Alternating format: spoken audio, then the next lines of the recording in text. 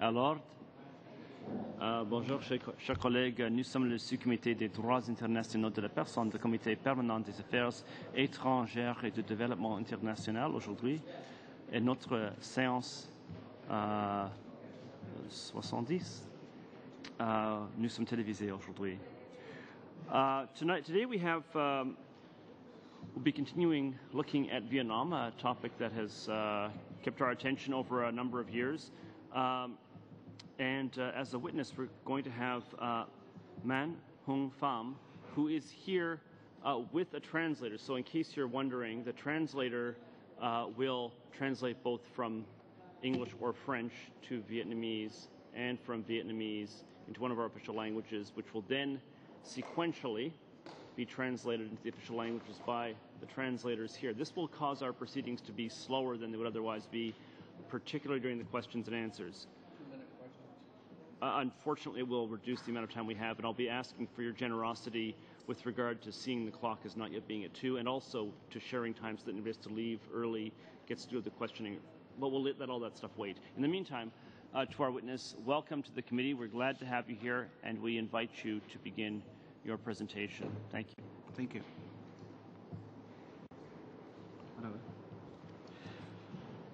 Kính thưa các quý vị, Ladies and gentlemen, hôm nay ngày 12 tháng 5 năm 2015, tôi có mặt ở đây theo lời mời của Ủy ban Nhân quyền Quốc hội Canada. Đó là một vinh dự cá nhân của tôi, cũng như những người bạn của tôi đã và đang tranh đấu cho nhân quyền, cho tự do tại Việt Nam. Today is May the 12th, 2015. I am here at the invitation of the Human Rights Committee of the Parliament of Canada. It was an honor for me personally as well as for my friends who have been or are fighting for human rights and freedom in Vietnam. Thưa các quý vị, trước khi đi vào vấn đề của nhân quyền tại Việt Nam, tôi xin được nói qua về bản thân mình. Ladies and gentlemen, before going into the details of human rights issues in Vietnam, I would like to speak briefly about myself first. Do tôi tham gia các cuộc biểu tình ôn hòa cùng bạn bè từ năm 2006 để phản đối nhà cầm quyền Trung Cộng bắn giết người ngư dân Việt Nam tại Hoàng Sa và Trường Sa là đảo của Việt Nam, nên tôi đã bị nhà cầm quyền Cộng sản Việt Nam đóng các cơ sở kinh doanh, sửa chữa computer của tôi và không cho tôi đi kiếm việc làm. Because I have participated along with many friends in the peaceful demonstration in 2006 to protest against the Chinese authority, who have opened fire and killed many Vietnamese fishermen in the Paracel and Spratly Island of Vietnam. So the Vietnamese Communist Party authorities closed my computer business shop and prevented me from getting another job. Sau đó thì tôi đã viết một cuốn sách có tên là Những sự thật cần phải biết, xuất bản trên Internet và được in thành sách về sự thật lịch sử của Việt Nam, nên đã bị nhà cầm quyền Cộng sản Việt Nam đàn áp và truy nã. Later I wrote the book entitled The Truth Must Be Known, published on the Internet and printed as a hard copy book about the historical truth in Vietnam. So I have been suppressed and hunted by the authority. Thậm chí khi mà tôi đi đến Thái Lan thì còn bị chính quyền Cộng sản Việt Nam vu cáo nhiều tội ác mà tôi không làm để tìm cách bịt miệng sự thật. May mắn cho tôi là có sự giúp đỡ của chính phủ Canada, thượng nghị sĩ Ngô Thanh Hải và UNHCR, tổ chức ân xá quốc tế Amnesty International. Tôi mới có thể được có mặt ở đây để nói lên sự thật về vấn đề nhà cầm quyền Cộng sản Việt Nam. Xin cảm ơn Canada, cảm ơn tất cả các bạn bè của tôi đã lên tiếng giúp đỡ tôi để qua cơn hoạn nạn. Even when I escaped to Thailand, the Vietnamese Communist Party accused me of many false crimes that I did not commit in order to silence the truth. Lucky for me, with the help of the government of Canada, Senator Hai Thanh Ngô, and the UNHCR and Amnesty International, I am here to tell the truth about the Vietnamese Communist Party authorities. Thank you, Canada, and thank all of the friends who have helped me overcome the misfortune. Không may mắn như tôi, một số người bạn thân của tôi khi đi biểu tình bảo vệ ngư dân như blogger Phạm Thanh Nghiên chỉ vì đấu tranh cho các quyền tự do dân chủ của Việt Nam mà bạn đã bị bỏ tù, và sau khi ra tù từ tháng 9 năm 2012 đã bị quản chế giống như bị giam lỏng trong tù trong 3 năm liên tục và gặp muôn vàn khó khăn trong cuộc sống. Not as lucky as me, one of my best friends who participated in the peaceful demonstrations calling for the protection of our fishermen, blogger Phạm Thanh Nghiên, who tried to speak out for freedom and democracy for Vietnam, received jail sentence. After her prison terms ended in September 2012, she was placed under house arrest, another type of jail, for 3 consecutive years and met so many difficulties in life. Thưa các quý vị, tội ác của nhà cầm quyền Cộng sản Việt Nam trong quá khứ là một cái dãy dài mà tôi không thể nào kể hết ở đây bởi vì nó quá dài. Mà hôm nay tôi có thể nói một ngắn gọn trong cái buổi điều trần này. Buổi điều trần này tôi chỉ ngắn gọn về cái tình trạng đàn áp nhân quyền, vi phạm nhân quyền của nhà cầm quyền Cộng sản trong quãng thời gian từ năm 2014 cho đến tháng 5 năm 2015. Ladies and gentlemen, crimes by the VCP authorities in the past is a long list of crimes that today I cannot detail out due to the limited time allowed in this hearing. Here, I would like to limit to the actions that violate the human rights by the VCP authorities in 2014 to 2015. Thưa các quý vị, trong báo cáo về tình hình nhân quyền thế giới năm 2015 được công bố ngày 29 tháng 1 năm 2015, tổ chức nhân quyền của Mỹ là Human Rights Watch cho rằng tình hình nhân quyền của Việt Nam trong năm 2014 vẫn ở mức báo động. Dù con số các nhà hoạt động và các blogger bị bắt ít hơn so năm 2013, nhưng mà lực lượng an ninh đã gia tăng sách nhiễu và đe dọa những người chỉ trích chính phủ dưới nhiều hình thức khác nhau. In this report on World Human Rights Situation in 2015, which was published on January 29, 2015, the U.S. Human Rights Organization, Human Rights Watch, said that the human rights situation in Vietnam in 2014 was still alarming. Although the numbers of activists and bloggers have been arrested are less than in 2013, but the state security forces have intensified the harassment and intimidation toward government critics in many forms. Thực tế, tại Việt Nam đã từ chối thi hành các cái khuyến nghị thiết yếu như là phóng thích tù nhân chính trị và những người bị bắt mà không có cáo buộc nào hay là phiên tòa xét xử, để cải tổ pháp luật, để chấm dứt các cái án tù có động cơ chính trị nhắm vào những người họ chỉ thực hiện những cái quyền con người cơ bản nhất một cách ôn hòa. In reality, Vietnam has refused to implement key recommendations such as the release of political prisoners and those detained without formal charges or trial, legal reform to stop the politically motivated sentences aimed at those who demanded basic human rights peacefully. Nhà cầm quyền Cộng sản Việt Nam thường sử dụng các cái điều luật về gọi là phá hoại chính sách đoàn kết dân tộc hoặc là lợi dụng các quyền tự do dân chủ để xâm phạm lợi ích của nhà nước, để đàn áp những người bất đồng chính kiến. The communist regime of Vietnam is still often using the role of undermining national unity policy and abusing democratic freedoms to infringe upon the interest of the state, to suppress dissent political views. Các cây bút độc lập hay là blogger độc lập mà các nhà hoạt động nhân quyền thường xuyên bị công an dọa nạt, sách nhiễu và thậm chí bị bắt giữ một cách tùy tiện, giam giữ nhiều ngày mà không có xét xử, không được trợ giúp pháp lý, không được gặp người thân trong gia đình.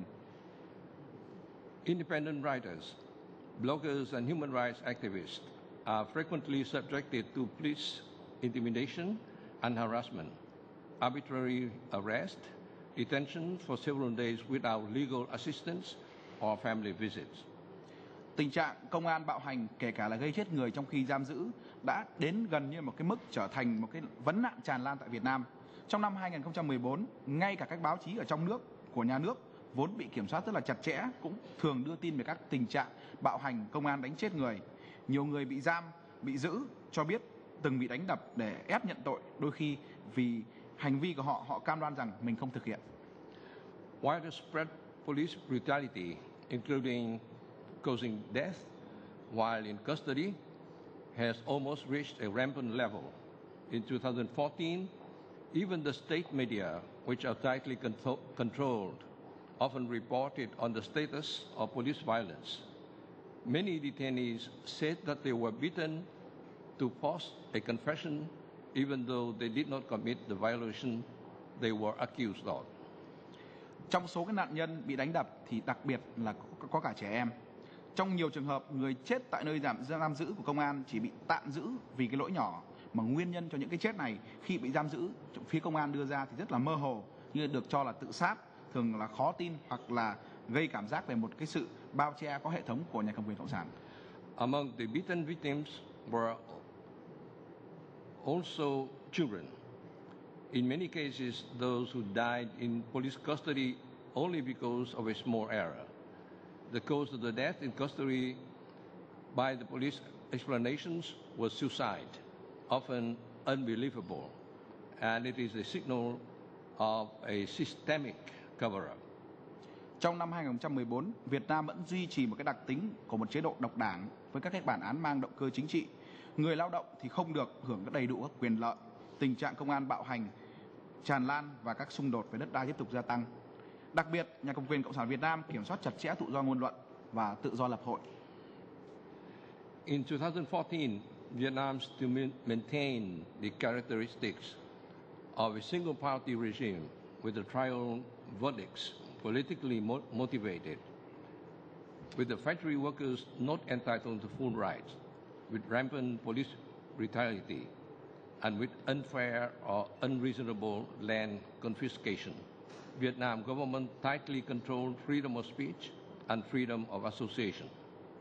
Các blogger, những người bảo vệ nhân quyền, các nhà hoạt động nhân quyền vì quyền lợi, lao động và đất đai, cũng như các nhà vận động về tôn giáo, dân chủ tiếp tục bị sách nhiễu, đe dọa, hành hung và tiếp tục bị tù giam. Bloggers, human rights defenders, activists for the rights of workers and confiscated landowners, as well as advocates for religious freedom and democracy, continue to be harassed, intimidated, assaulted, detained without trial and imprisoned. Công an thì vẫn cản trở việc đi lại để ngăn không cho người dân tham gia các sự kiện liên quan đến nhân quyền và tiếp tục theo dõi các chi nhánh không được công nhận của tôn giáo, giống như đạo Cao Đài, Phật giáo Hòa Hảo, các nhà thờ Tin Lành và Mennonite tại gia và Giáo hội Phật giáo Việt Nam Thống nhất. Police still hinders travel to prevent people attending events related to human rights and continue to monitor the state unapproved sections of Cao Đài, Hòa Hảo Buddhist, Protestants and Mennonite churches, including in-home worship places. Chỉ trong 9 tháng đầu năm 2014 thì đã có ít nhất hơn 20 người bị kết án vì tham gia các nhóm tôn giáo mà không được chính quyền phê chuẩn. Như vậy là tự do tôn giáo không có, mà chỉ có tự do tôn giáo được điều khiển bởi nhà nước. In just the first 9 months of 2014, at least 20 people were sentenced for participating in religious groups not approved by the authorities. There is no freedom of religion. Only religions that can be controlled by the state are allowed. Các cái công đoàn độc lập không được thành lập và quyền lợi công nhân bị xâm phạm một cách nghiêm trọng trong năm 2015 vừa qua, và vấn đề nhà cầm quyền cộng sản Việt Nam cũng không chịu chi trả bảo hiểm cho người lao động. Đồng thời, công đoàn của nhà nước chỉ là công cụ của Đảng Cộng sản Việt Nam tiếp tay cho đảng này để đàn áp giới công nhân. The independent trade union was outlawed and workers' rights were seriously violated. Recently, nearly 1,000 workers demonstrated in March and April in 2015 to protest against the communist authorities refusing to pay fair and timely worker compensation. At the same time, the state union is the tool of the VCP to repress workers. Thưa các quý vị, là một vị người blogger tị nạn cộng sản, tôi xin được nói sâu về vấn đề blogger tại Việt Nam.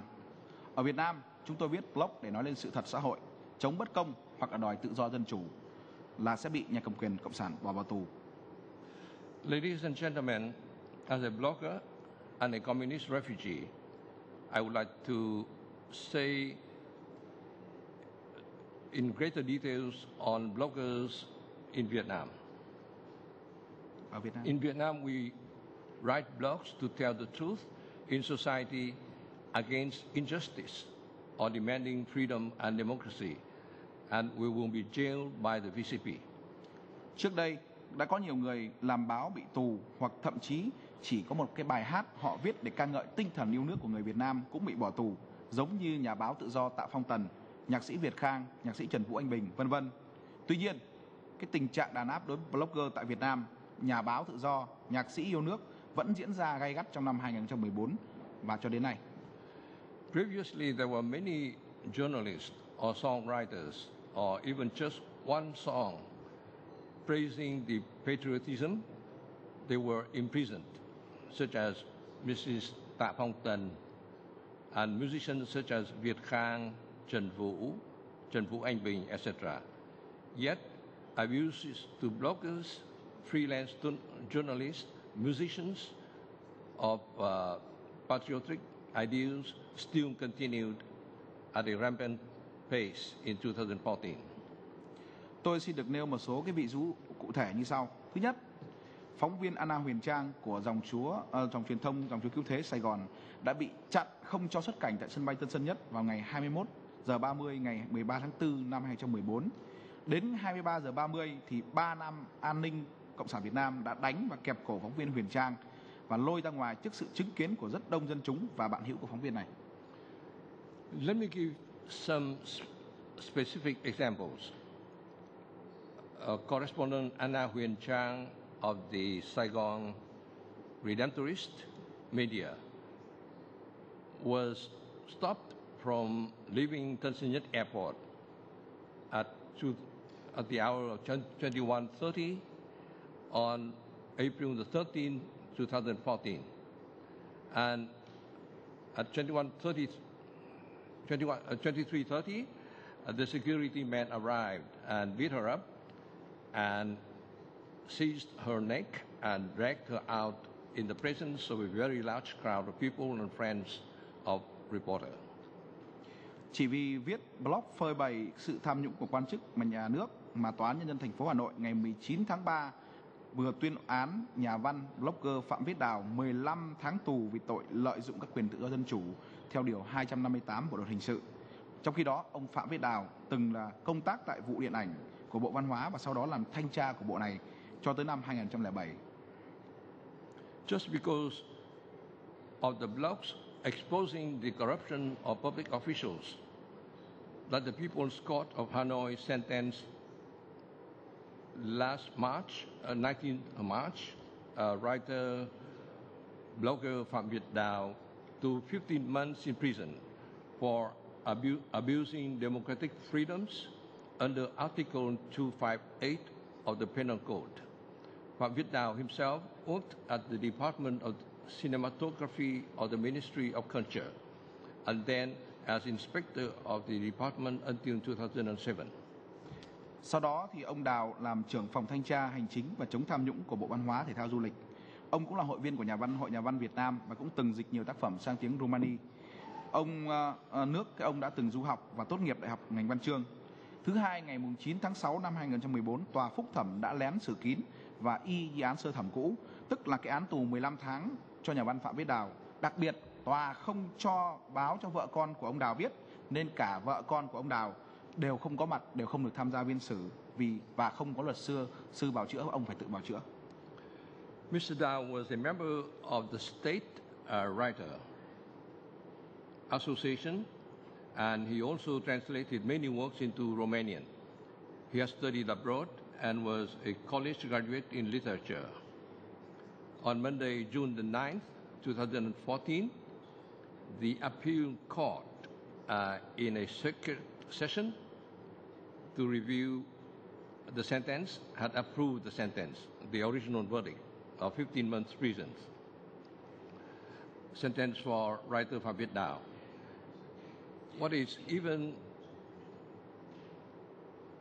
more deplorable is that the court did not inform his wife and children.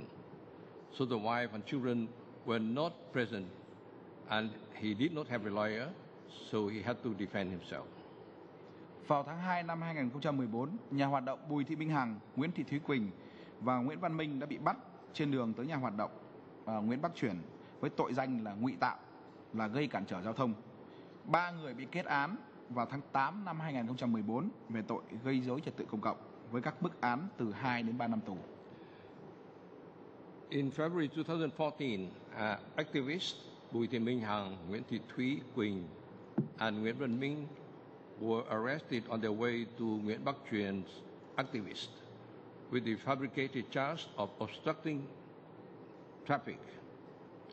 These three people were sentenced in August 2014 on charges of disturbing public order, with a sentence of 2 to 3 years in prison. Việc đàn áp các blogger vẫn tiếp diễn. Nổi bật là tháng 5 năm 2014, nhà cầm quyền Cộng sản Việt Nam bắt giữ blogger nổi tiếng là Nguyễn Hữu Vinh, thường được biết với cái bút danh của anh ta là anh Ba Sàm, và cộng sự viên của anh ta là Nguyễn Thị Minh Thúy, cùng với cáo buộc là vi phạm Điều 258. Tổng cộng có tới ít nhất là 10 người đã bị kết án theo Điều 258 trong năm 2014.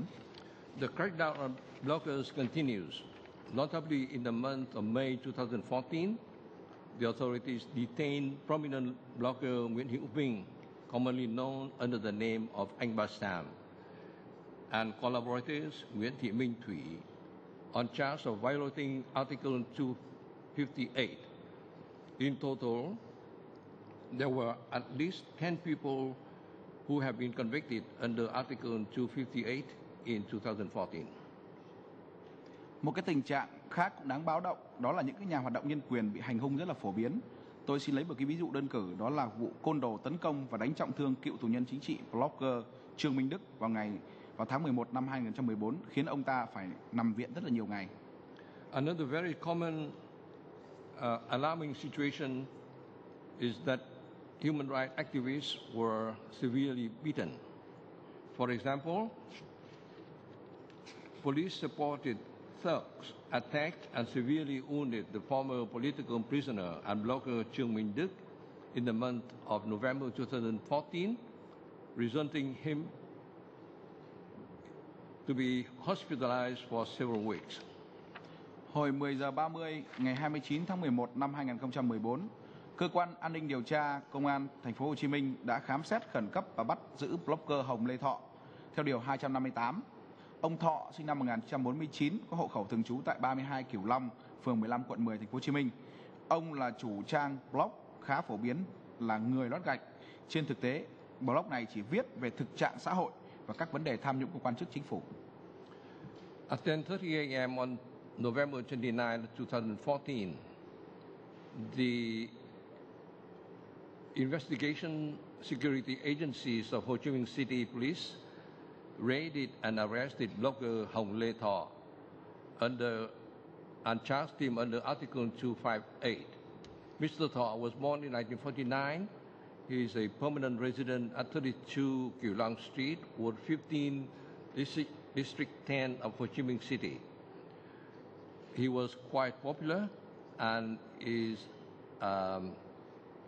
hosting a blog, Người Lót Gạch, who actually wrote about the social situation and the problems of corruption by officials. Nhà văn Nguyễn Quang Lập là chủ của trang blog Quê Choa nổi tiếng đã bị khám nhà vào sáng ngày 6 tháng 12 năm 2014 và bị bắt đi lúc 2 giờ chiều cùng ngày tại Sài Gòn. Ông bị tịch thu máy vi tính chỉ vì ông đã không ngừng mở rộng các cái đưa tin các vấn đề bất cập xã hội, bao gồm cả các vấn đề ngược lại với lại quan điểm của nhà nước. Ông cũng bị bắt theo Điều 258, có nghĩa là lợi dụng quyền tự do dân chủ. Nhưng khi bị khởi tố thì lại đưa sang Điều 88, tuyên truyền chống nhà nước. Writer Nguyễn Quang Lập of the reputable Quê Choa blog had his home searched the morning of June 12, 2014 and arrested at 2 p.m. on the same day in Saigon. His computer was confiscated because he has constantly expanded his report on the shortcomings of the society with a view to oppose the state. He was arrested under Article 258, that is abusing democratic freedoms, but later he was prosecuted under Article 88, which is offense for propaganda against the state. Blogger Nguyễn Ngọc Già bị bắt ngày 27 tháng 12 năm 2014. Ông có tên thật là Nguyễn Đình Ngọc, sinh năm 1966, đã viết đều đặn trong 6 năm qua về vấn đề tù nhân lương tâm tại Việt Nam, về dân oan và phê bình các chính sách của Đảng Cộng sản Việt Nam. Trang thông tin của Bộ Công an không nói rõ ông bị bắt theo điều khoản nào, nhưng hiện nay ông bị bắt đi mất tích và đâu không rõ. Blogger Nguyễn Ngọc Già was arrested on December 27, 2014. His real name is Nguyễn Đình Ngọc, and born in 1966. He has written regularly for 6 years on the issues of prisoners of conscience, and he's wrongly accused petitioners and critics of the Vietnamese Communist Party's policies. On his arrest, the Ministry of State Police website mentioned his arrest, but did not specify what offense he has been charged with and where about he was. Mới đây nhất, một blogger trẻ là Nguyễn Viết Dũng chỉ vì cùng bạn bè tuần hành ôn hòa tại Hà Nội để bảo vệ cây xanh bị chặt phá bừa bãi thì đã bị cảnh sát điều tra công an quận Hoàn Kiếm Hà Nội khởi tố về điều 245 Bộ luật hình sự với tội gây rối trật tự công cộng. Most recently, a young blogger, Nguyễn Viết Dũng, because he and his friends marched peacefully in Hanoi to protest the cutting down of trees indiscriminately. They had been investigated by the police agency of Hoàn Kiếm district and prosecuted under Article 245 of the Criminal Code, offense as causing public disorder. Thưa các quý vị, còn rất nhiều vấn đề đàn áp của nhà cầm quyền Cộng sản Việt Nam đối với nhân quyền và tự do ngôn luận tại Việt Nam mà bản thân tôi ở đây không thể kể xiết cụ thể trong tham luận này vì thời gian không cho phép.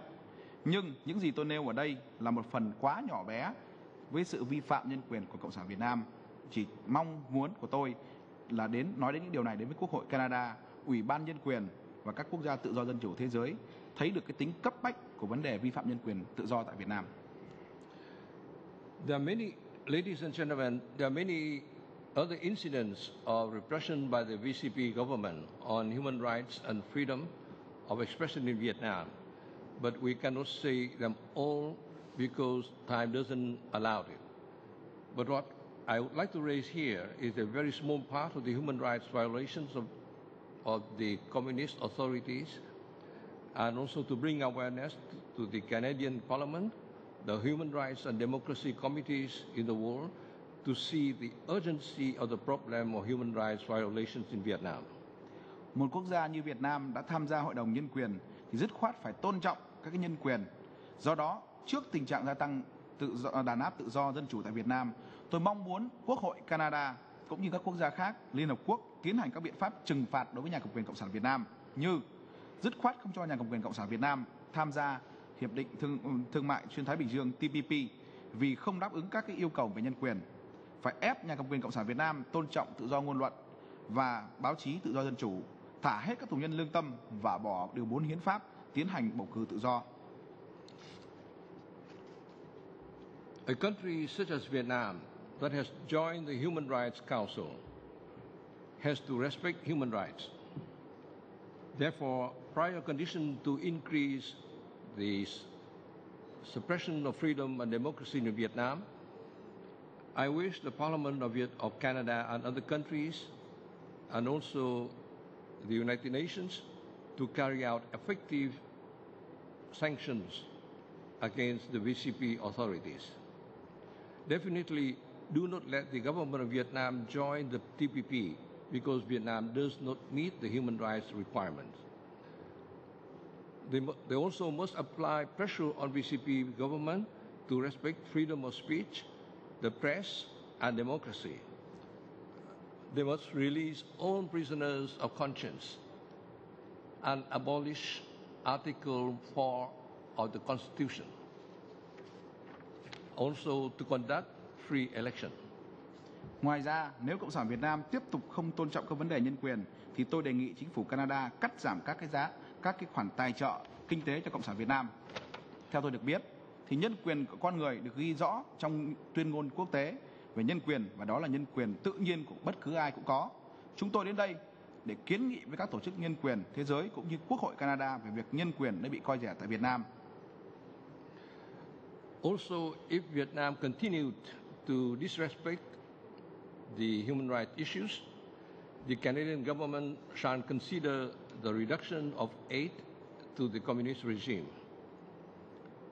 As I understand it, the human rights set out in all international declarations are natural rights of anyone there. We come here to propose to the World Human Rights Organization as well as to the Canadian Parliament Human Rights in Vietnam Chúng tôi cũng mong muốn cannot be disregarded. Chúng tôi cũng mong muốn chính phủ Canada và đặc biệt là Ủy ban Nhân quyền Quốc hội Canada nên có một cái phái đoàn giám sát nhân quyền độc lập tại Việt Nam để nhìn rõ thực tế về vấn đề vi phạm nhân quyền tại Việt Nam. Những người dân Việt Nam như chúng tôi mong muốn có nhân quyền, có tự do phải được có trên đất nước của chúng tôi.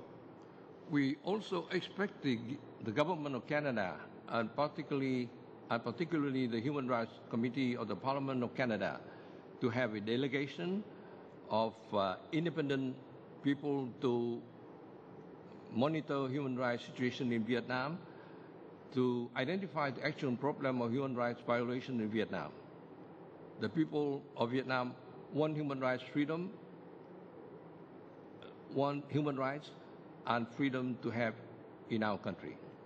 Cuối cùng, chúng tôi sẽ tiếp tục theo dõi các vấn đề vi phạm nhân quyền của nhà cầm quyền Cộng sản Việt Nam và sẽ thông báo với Ủy ban Nhân quyền và Quốc hội Canada khi có điều kiện cho phép để bảo vệ những quyền lợi chính đáng của những người dân Việt Nam. Xin cảm ơn tất cả quý vị đã lắng nghe phần tham luận của tôi.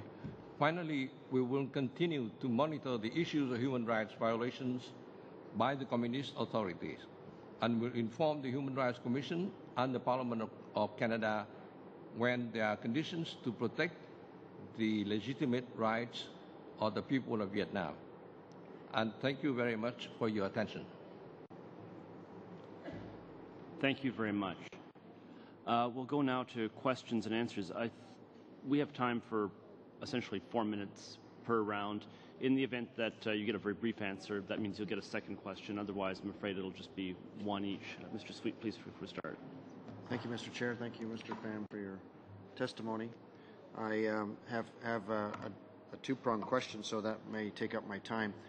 Mr. Pham, I heard of the long litany of human rights abuses, and I wanted to refer to an article by Reuters that's very current, May 11th. And in it, I'll just quote from it, Tom Melenkowski said he had seen Vietnam show more restraint this year with fewer political prisoners and no new dissident prosecutions, but gains were fragile. Very significant problems remained. Vietnam has come a tremendous distance, but there's still some distance to go, Malinowski, who is the Assistant Secretary for State for Democracy, Human Rights and Labor, told reporters after an annual human rights dialogue. Nhắc tới ông đấy là Reuters đó, và đã nói là ông Tomaski đã nói về những trường hợp vi phạm nhân quyền ở Việt Nam, những sự bắt bớ gia tăng của Việt Nam. Thì chúng tôi cũng xin chia sẻ với ông những cái điều tôi vừa nói được. So first, do you agree with Secretary of State Malinowski's statement that it's getting better? And second, do you believe that the police are being directed by the Communist Party of Vietnam, or they're working independently in these abuses? Sir, the first question, did you say that, do you agree with Mr. Kowalski? With the Press Secretary Malinowski, yes. That the situation in Vietnam is getting better? Correct. Ông có đồng ý với nhận xét của ông Kowalski, tức là về bên Bộ trưởng của Mỹ nói rằng là tình trạng nhân quyền ở Việt Nam đã khá hơn trước không? Tôi không đồng ý với. I don't agree with that statement. Okay. And the second question was, do you believe the police are working independently? In other words, arresting these people based on their own motivation, or are they being directed by the Communist Party of Vietnam? Ông có đồng ý với nhận xét cho rằng là cảnh sát, công an họ tự tiện làm cái công việc đó và không có sự chấp thuận của chính quyền, có đúng như vậy không? Tôi không đồng ý với lại cái nhận xét đó, bởi vì công an ở Việt Nam, cảnh sát ở Việt Nam đều chịu sự quản lý của nhà cầm quyền Cộng sản Việt Nam. Họ không thể tự ý làm bất cứ việc gì và họ có sự control của nhà cầm quyền Cộng sản Việt Nam. I do not agree with that observation because the police in Vietnam is a tool of the government authority and they cannot do anything without the approval of the authority. Thank you.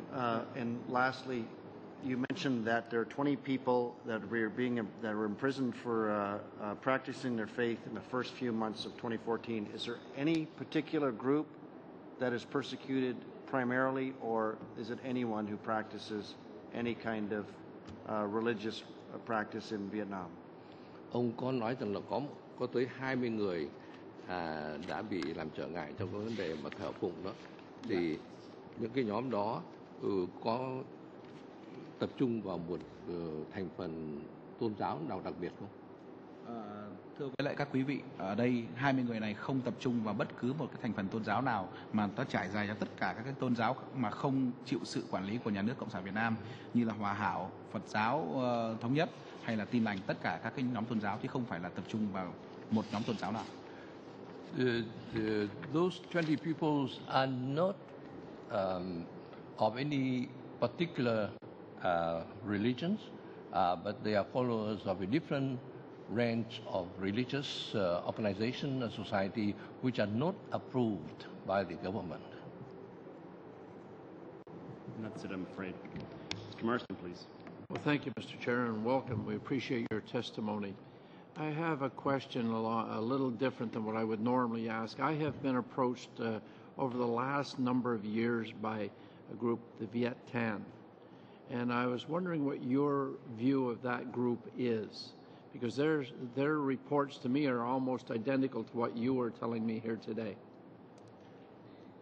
Muốn hỏi ông về một câu hỏi nó không có liên quan nhiều thì tới vấn đề ngày trình bày hôm nay, nhưng mà tôi cũng hỏi câu đặc biệt đó là trong những năm vừa qua tôi có được liên lạc những cái nhóm như là nhóm Việt Tân liên lạc rất nhiều với chúng tôi, thì ông có thể cho chúng tôi biết rõ là những cái hoạt động của Việt Tân có liên hệ tới vấn đề này như thế nào? Thưa với các quý vị, tôi là một người hoạt động độc lập tại Việt Nam.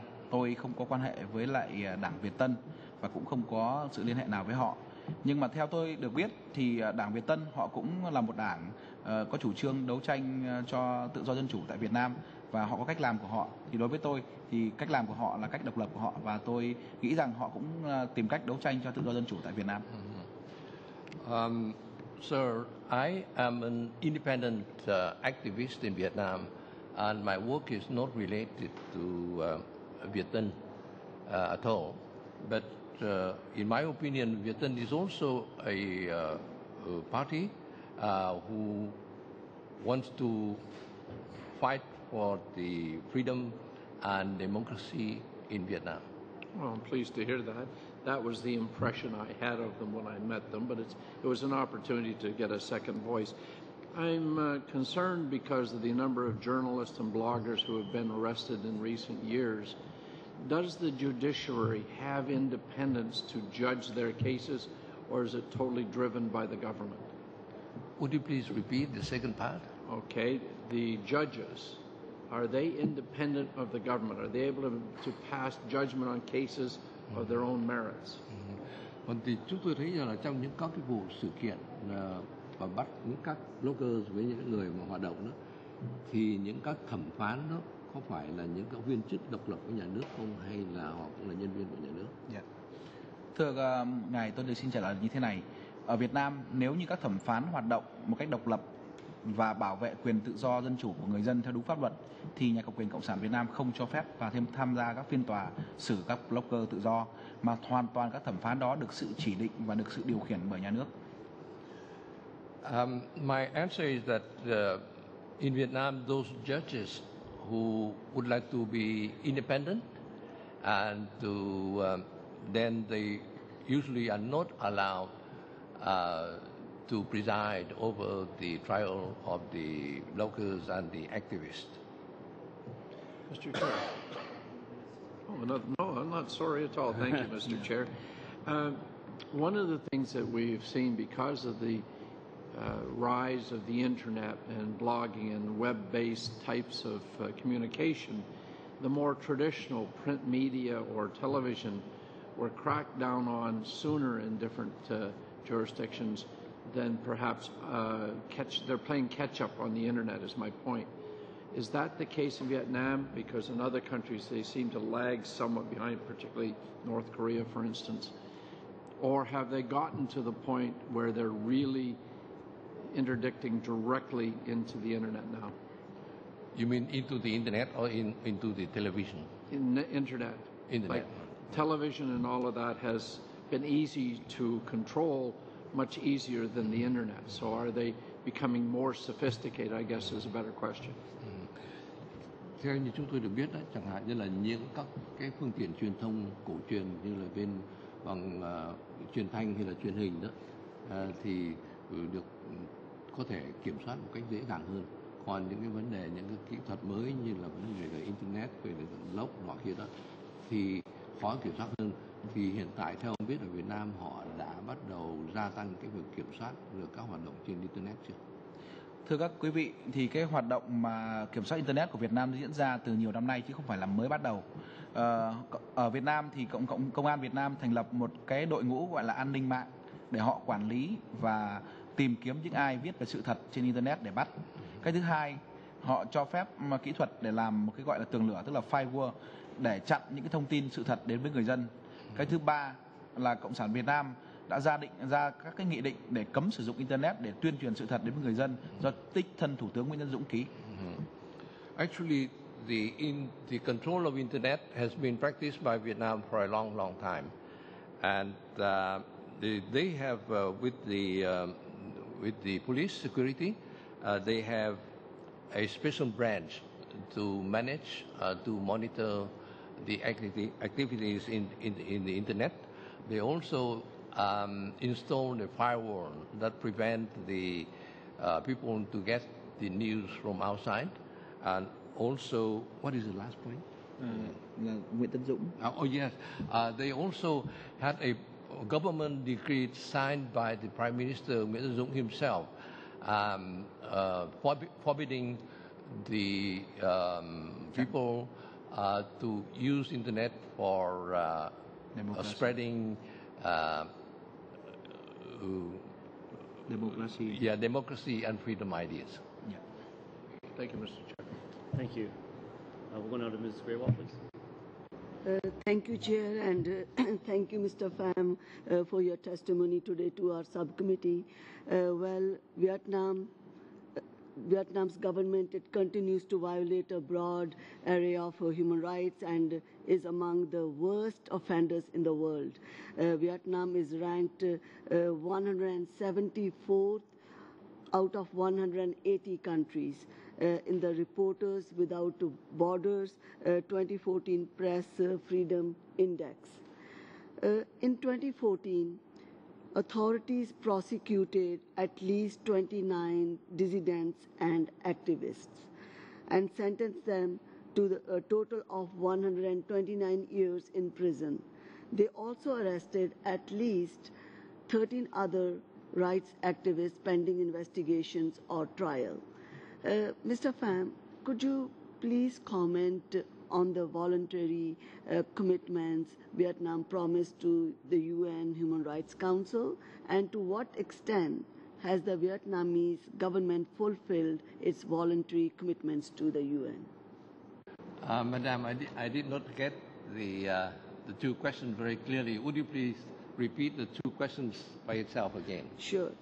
My question is that please could Mr. Pham comment the commitments Vietnam had promised the UN Human Rights Council, and to what extent has the Vietnamese government fulfilled its voluntary commitments to the UN? Theo như những nhận xét của chúng tôi trong vừa qua, thì Việt Nam đã là một trong những nước mà có những cái tình trạng vi phạm nhân quyền trầm trọng nhất trên thế giới. Tuy nhiên ở Việt Nam lại còn tham gia vào cái Ủy ban Liên Hợp Quốc về nhân quyền. Thì ông là muốn cho chúng tôi biết nhận định của ông về những cái hứa hẹn cam kết của Việt Nam đối với lại Hội đồng Nhân quyền của Liên Hợp Quốc, và với những hứa hẹn đó Việt Nam đã thực hiện được những gì? Thưa tất cả các quý vị, trước khi vào được cái ghế nhân quyền của UN thì Cộng sản Việt Nam đã hứa là họ sẽ thực hiện rất nhiều cái điều, trong đó có cái điều là bầu cử tự do, rồi không đàn áp bắt bớ những blogger, cho phép người ta nói về tự do ngôn luận, tự do báo chí, và đặc biệt là như đã hứa với lại Hội đồng Nhân quyền thì Cộng sản Việt Nam cũng sẽ thả các cái tù nhân lương tâm. Nhưng mà cho đến bây giờ họ không làm được điều đó, và họ thả một người thì họ lại bắt vào số người gấp 3, gấp 4 lần số người mà họ đã thả. Và những cái người họ thả thì thường thường họ lại, nếu mà ở trong nước Việt Nam thì họ tiến hành quản chế nhiều năm, giống như tù giam lỏng ở bên ngoài đời. Đó là một cái khó khăn cho những người đấu tranh của chúng tôi. Ladies and gentlemen, before joining the United Nations High Commission for Human Rights, Vietnam has pledged many things, has promised to do many things. It has promised to carry out free elections. It has promised not to punish bloggers, and it has promised freedom of expression and freedom of the press. But until now, it has not done any of those commitments, and not even so. Just sometimes, just for the sake of window washing, they would release one blogger, one dissenters, but then they would arrest even 3 or 4 times more of those people. And those people have been given long prison sentence, and even after they have been released, they were under house arrest, which is another form of prison without the bar. Còn một điều tôi xin được nói thêm, đó là Nhà cầm quyền Cộng sản Việt Nam cam kết thực hiện công ước chống tra tấn và bạo hành ở trong tù, nhưng Nhà cầm quyền Cộng sản Việt Nam không cho phái đoàn giám sát về vấn đề công ước chống tra tấn độc lập vào Việt Nam. Đó là vi phạm những gì Đảng Cộng sản Việt Nam đã hứa trước Hội đồng Nhân quyền. Also, I would like to add that that Vietnam also joined was also a signatory of the Conventions Against Torture. But at the same time, Vietnam continued to do the practice and even refused to allow the visit of a delegation from the Commission to visit Vietnam.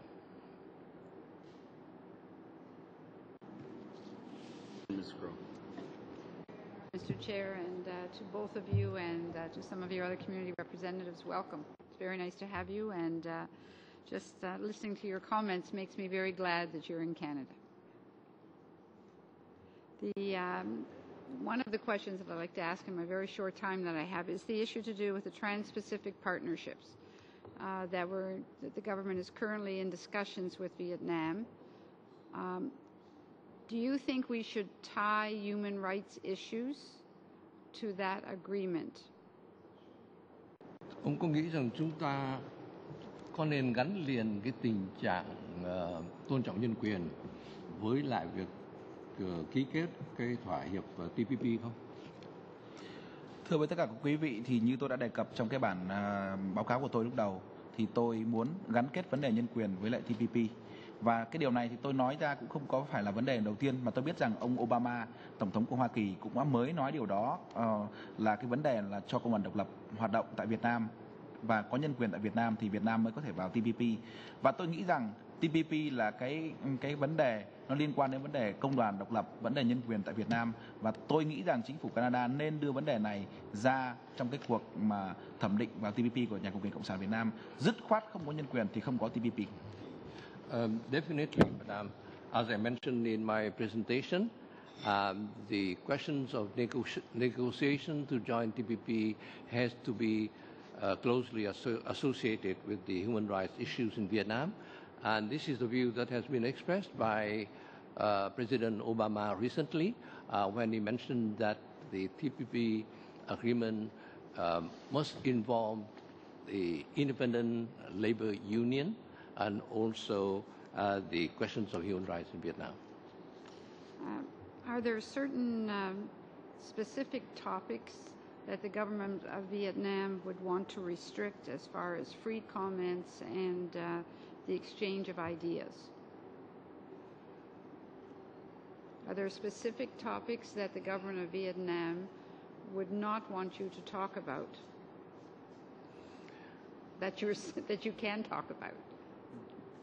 Ông có một vấn đề nào mà cụ thể mà đặc biệt là chính quyền Việt Nam không có muốn người ta thảo luận và bàn tới?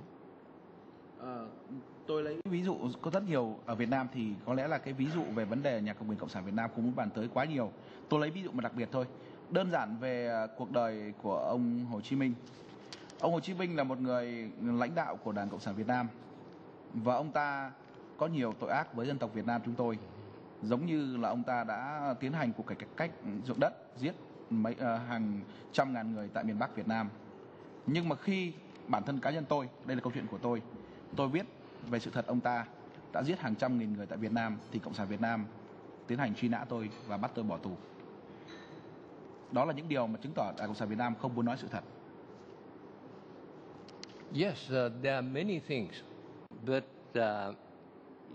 in my personal experience, I can mention one particular issue, which is some of the facts related to Ho Chi Minh himself.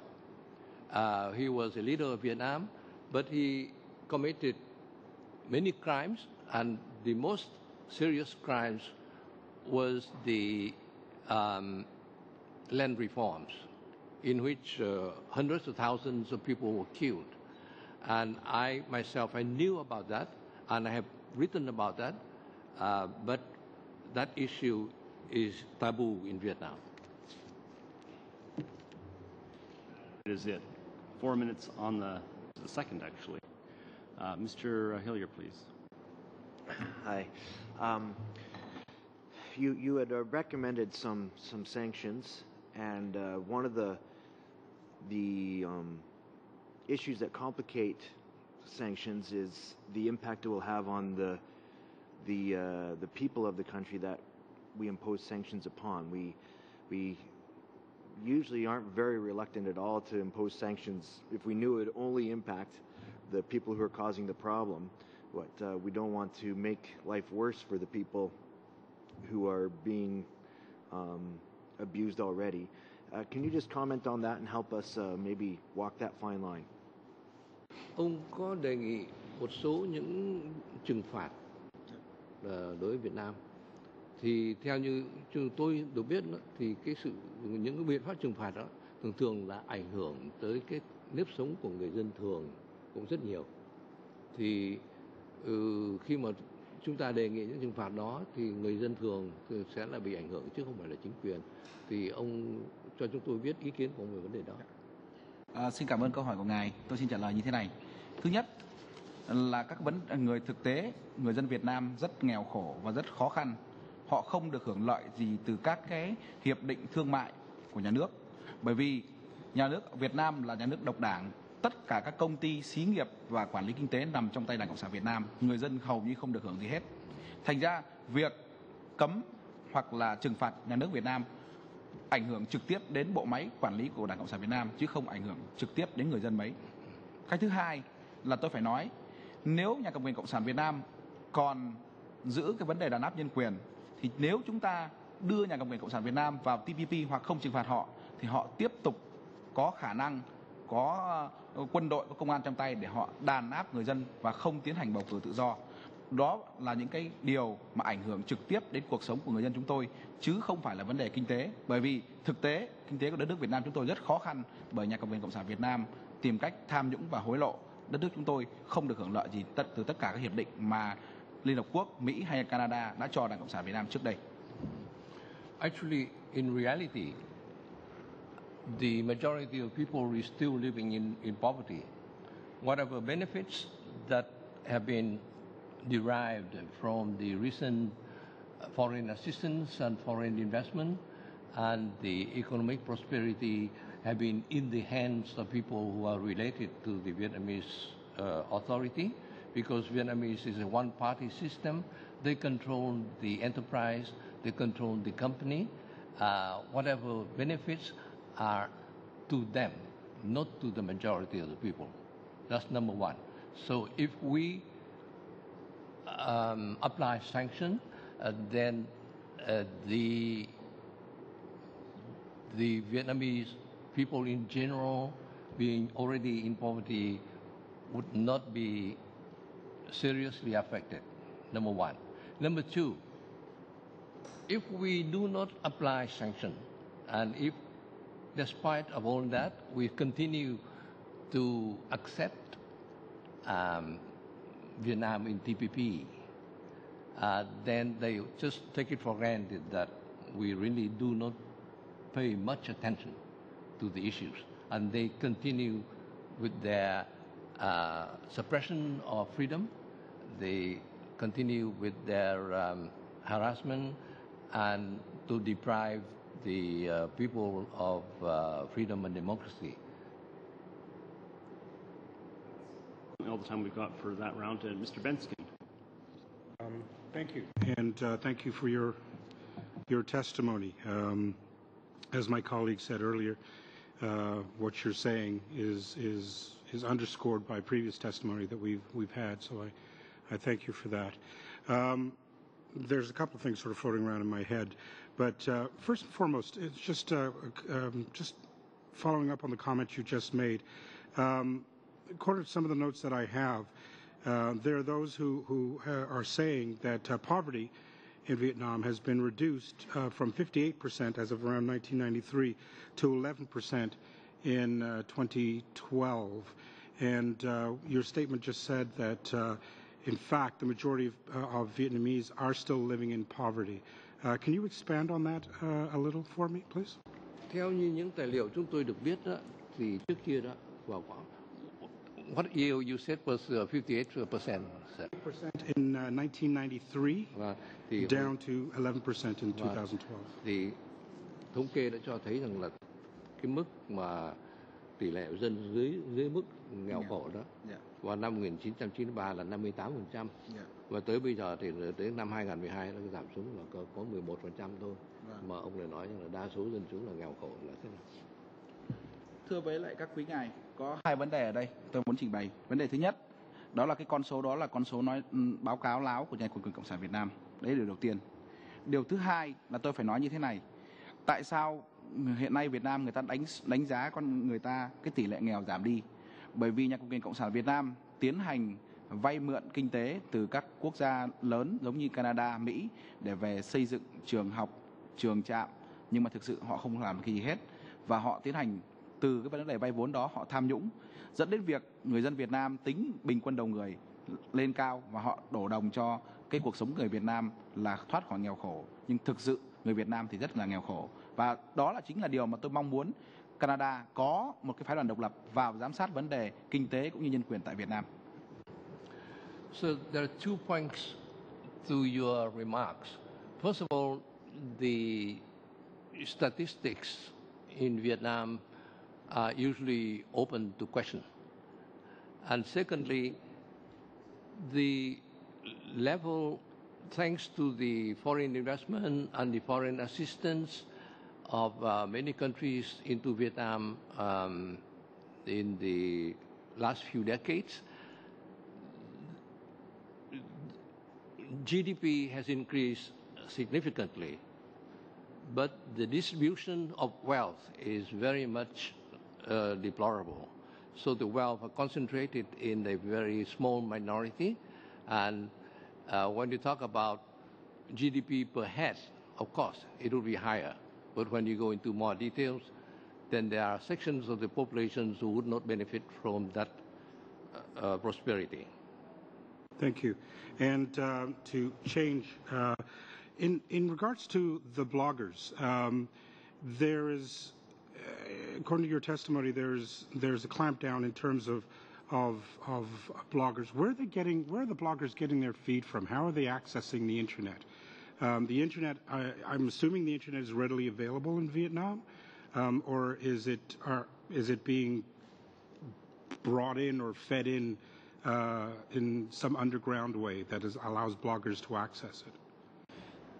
Với những cái sự kiểm soát về internet như vậy đó, thì chúng tôi không hiểu là làm sao mà chúng ta có thể, những người dân ở Việt Nam có thể nhận được những cái thông tin và những tin tức qua những mạng lưới được. Thưa tất cả quý ngài, chính vì cái vấn đề này, thành ra vấn đề Đảng Cộng sản Việt Nam đàn áp và bắt bớ những người viết blog trên internet cũng như chặn thông tin sự thật đến với người dân bằng tường lửa, bằng công an. Thành ra vấn đề tuyên truyền cho người dân sự thật đến người dân bằng internet ở Việt Nam chúng tôi rất là khó khăn. Và chúng tôi mong muốn rằng Canada cũng như các tổ chức nhân quyền trên thế giới hãy lên tiếng và gây sức ép với Đảng Cộng sản Việt Nam để họ có mở tự do cho internet. Bởi vì chính Thủ tướng Nguyễn Tấn Dũng của Việt Nam, ông ta đã ký tới 3 cái nghị định để cấm sử dụng internet một cách tự do và chỉ được tuyên truyền theo ý của Đảng Cộng sản Việt Nam mà thôi. Precisely because of that point that you have mentioned, that the internet, as I mentioned earlier in the presentation, is very severely controlled by the government. So the bloggers and other people had very much difficulty to get the true information to the vast majority of the people. And even the Prime Minister's of Vietnam himself, he has signed 3 decrees limiting the use of internet and subjecting the spreading of information of internet under very severe control. Và tôi có xin thêm một điều nữa, đó là tôi mong muốn Canada và các tổ chức về nhân quyền hãy bảo vệ những người dám nói lên sự thật về tự do và tuyên truyền nhân quyền tại Việt Nam. And on these issues, I also would like to appeal to Canada and other countries and other organizations who advocate the rights for the protection of human rights to provide more assistance to the people who would like to have a freer society and freer means of expression. Well, thank you very much. Thank you, colleagues, for being here, and thank you to our witness for coming and testifying today, and for being patient with just some of the practical issues that, unfortunately, the language barrier has provided. We're very grateful you could be here. Colleagues, it's now past 2 p.m., our normal adjournment time, and we are therefore adjourned. Thank you. Thank you.